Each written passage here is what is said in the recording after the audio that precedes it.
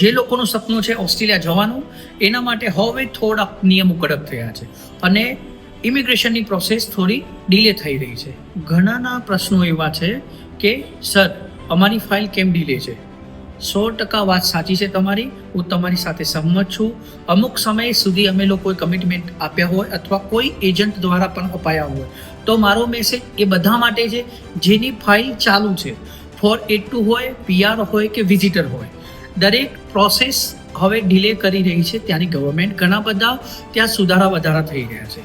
જે લોકો હાલ ઓસ્ટ્રેલિયામાં ઓન શોર છે એ લોકોને હું ખાસ કહું, તમે લોકો સ્ટુડન્ટ વિઝા ઉપર હો, વર્ક પરમિટ ઉપર હો કે પછી ત્યાં બ્લિચિંગ વિઝા ઉપર હોય, તમે કોઈ પણ વિઝા ઉપર હો, તમે ઓસ્ટ્રેલિયા છોડતા નહીં. આવનાર સમયની અંદર ઓસ્ટ્રેલિયન ગવર્મેન્ટ તમારા માટે સારું વિચારશે. અમારી જોડે જે વેકન્સી છે એ દરેકને ખબર છે કે અમે લોકો 1 સપ્ટેમ્બરથી 15 ઓક્ટોબર સુધી અમારું એક જ કામ છે, આઇલેટ્સ સાથે હશે. ઓસ્ટ્રેલિયાની અંદર અમે લોકો વિથ જોબ અમે ક્લોઝ વર્ક પરમિટ આપીશું, 2+2 482 ની અંદર જ આપીશું.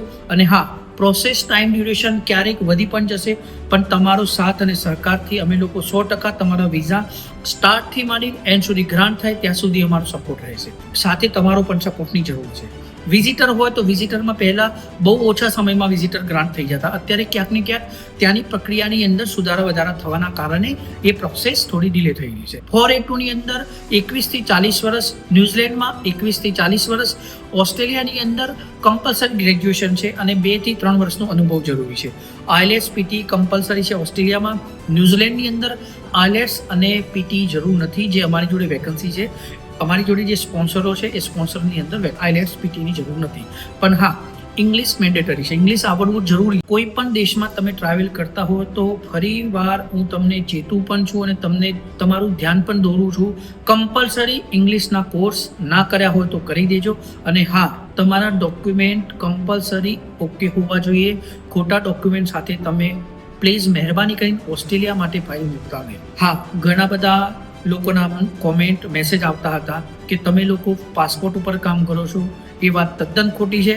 અમારું કામ તમારી પાસે રહેલા ઓથેન્ટિક ડોક્યુમેન્ટની અમે લોકો પડતાલ કર્યા, જાંચ કરી અને પછી જ એ ફાઇલને પ્રોસેસમાં મૂકીશું.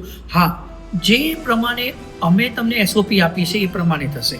તમારું એજ્યુકેશન કમ્પલસરી હોવું જોઈએ, તમારું આઇલેટ્સ PT સ્કોર હોવો જોઈએ, તમારો એક્સપિરિયન્સ હોવું જોઈએ, તમારું બેંક બેલેન્સ અથવા કે જે બેંક સ્ટેટમેન્ટ હોય એ કમ્પલસરી રેગ્યુલર હોવું જોઈએ. કોઈ પણ ડમી ડોક્યુમેન્ટ ચાલશે નહીં.